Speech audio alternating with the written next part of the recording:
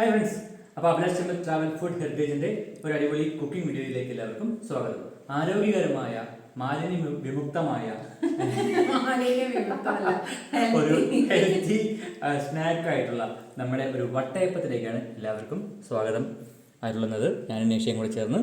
അപ്പോൾ chemical free, junk free, oil free, healthy വട്ടയപ്പത്തിലേക്ക് എല്ലാവർക്കും സ്വാഗതം. ഇത് ഉണ്ടായി വന്ന പ്രോസസ്സ് ഒന്ന് കണ്ടുവരിക. So stay tuned. വട്ടയപ്പം ഉണ്ടാക്കാൻ വേണ്ടിയിട്ട് ആദ്യം പച്ചരി എടുത്തിട്ട് നമ്മൾ 2-3 മണിക്കൂർ കുതിർത്ത് നന്നായി വെള്ളം എല്ലാം കളഞ്ഞിട്ട് വെച്ചിട്ടുണ്ട്. 1 കപ്പ് പച്ചരി, 1/2 കപ്പ് തേങ്ങ ചിരവിയത്, 1/4 കപ്പ് വേവിച്ച ചോറാണ്. അതുപോലെ 1/2 കപ്പ്, 1/4 മുതൽ 1/2 കപ്പ് വരെ പഞ്ചസാര, പിന്നെ 1/4 ടീസ്പൂൺ ഈസ്റ്റ്, അര മതി, അര അല്ലെങ്കിൽ 1/4 ടീസ്പൂൺ ഈസ്റ്റ് കുറച്ച് വെള്ളത്തിൽ കലക്കി വെച്ചിട്ടുണ്ട്. അതുപോലെ 1/4 കപ്പ് വെള്ളം. ഇതാണ് വേണ്ട ആവശ്യമുള്ള സാധനങ്ങൾ. അപ്പോൾ കുതിർത്ത അരി നമ്മൾ ഒരു മിക്സിഡ് ജാറിലേക്ക് മാറ്റിയിട്ടുണ്ട്. ഇനി ഇതിലേക്ക് നമുക്ക് തേങ്ങയും അതേപോലെ ചോറും ആവശ്യത്തിനുള്ള പഞ്ചസാരയും ചേർത്ത് വെള്ളവും കൂടി ഒഴിച്ച് അരച്ചെടുക്കാം. ഞാനൊരു കാര്യം പറയാൻ വിട്ടുപോയി. ഇതിലേക്ക് 1/4 സ്പൂൺ ഉപ്പും കൂടിയിട്ട് ചേർക്കാം. നമ്മളൊരു മധുരം ബാലൻസ് ചെയ്യാൻ വേണ്ടിയിട്ടാണ്.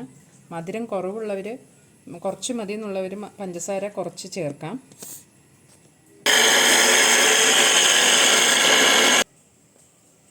ഇനി അവസാനം നന്നായി അരഞ്ഞതിന് ശേഷം നമ്മൾ ഈ കലക്കി വെച്ച ഈസ്റ്റും കൂടി ഇതിലേക്ക് ഒഴിച്ച് ഒന്നുകൂടി അരച്ചെടുക്കാം.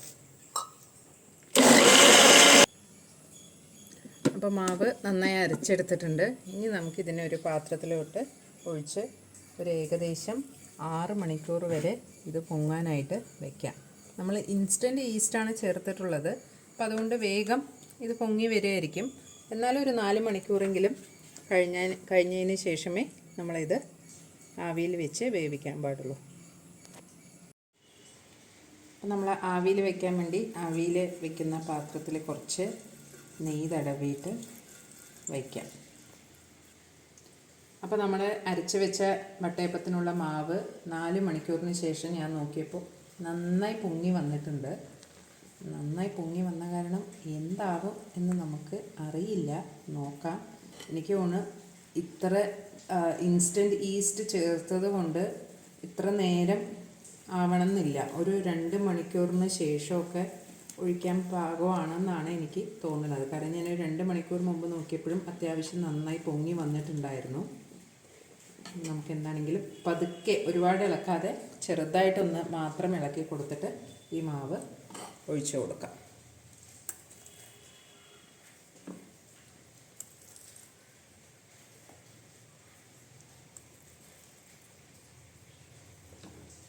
ഞാനിപ്പോൾ ഇവിടെ ഒരു 4 കരണ്ടി മാവ് എടുത്തിട്ടുണ്ട്. നമുക്കിതിൽ വേണമെങ്കിൽ ഒരു ഡെക്കറേഷന് ഉണക്കമുന്തിരിയൊക്കെ ചേർക്കാം. അത് ഞാൻ ചേർക്കുന്നേ ഉള്ളൂ, ശരിക്കും ചേർക്കില്ല.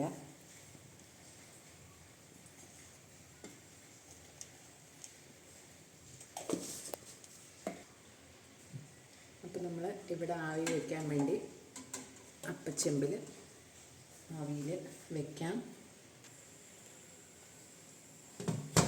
ഇതൊന്ന് മൂടി ഒരു 10-15 മിനിറ്റ് നമുക്ക് ആവിയിൽ വയ്ക്കാം.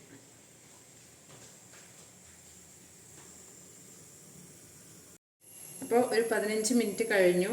നമുക്ക് എന്തായി നോക്കാം.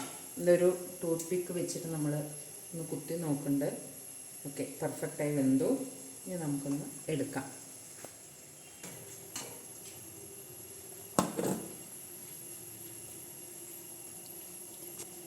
അപ്പോൾ ചെറുതായിട്ടൊന്ന് ചൂടാറിയ ശേഷം നമുക്ക് ഇതിനെ പാത്രത്തിൽ നിന്നും എടുത്തു മാറ്റാം.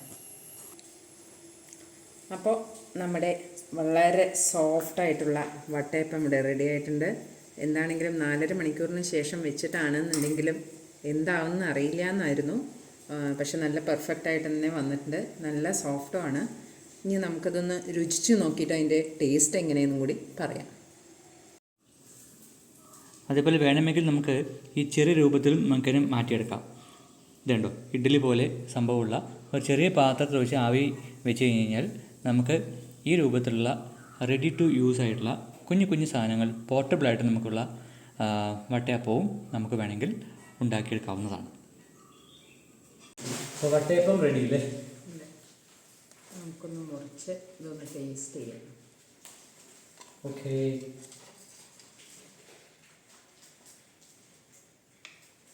ഷേപ്പ് ശരിക്കും വന്നില്ല.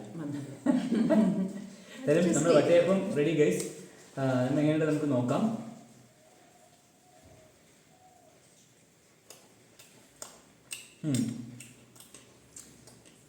മധുരം കൂടുതൽ ആവശ്യമില്ലാത്തവർക്ക് വേണമെങ്കിൽ മധുരം കുറച്ചുകൂടി വേണമെങ്കിൽ ആഡ് ചെയ്യാം. മധുരം കുറവാണ്.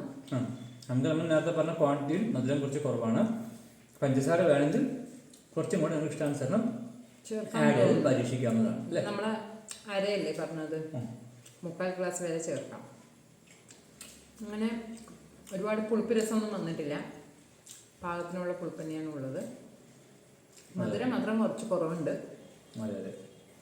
അപ്പോൾ പിന്നെ ഓരോരുത്തർക്കും നിങ്ങളുടെ ഇഷ്ടാനുസരണം നിങ്ങൾ പറഞ്ഞ അളവിൽ അല്ലെ ക്വാണ്ടിറ്റി കൂട്ടിയും കുറച്ചൊക്കെ പരീക്ഷിച്ച് നോക്കാവുന്നുള്ളൂ. ഒരു ഐഡിയ ഇങ്ങനെയൊക്കെയാണ്. ഇപ്പോൾ ഹെൽത്തി ആയിട്ട് ഏറ്റവും പ്രധാനമായി നമുക്ക് പറയാനുള്ള കാര്യം എന്ന് പറഞ്ഞാൽ കുട്ടികൾക്ക് സ്കൂളിലോട്ട് വരുമ്പോഴത്തേനും അൺഹെൽത്തി ആയിട്ടുള്ള ജങ്ക് ഫുഡും എണ്ണപ്പലഹാരവും ഒക്കെ ഒഴിവാക്കി ഇത്തരം നാടൻ ഭക്ഷണ രീതികളിലൂടെ ശീലിച്ചു കഴിഞ്ഞാൽ നമ്മളും മക്കളും ഒരു തലമുറയും എല്ലാം ആരോഗ്യവാന്മാരും ആരോഗ്യവതിമാരും ആയിരിക്കും. ഓക്കെ, അപ്പോൾ stay tune with a cup of tea.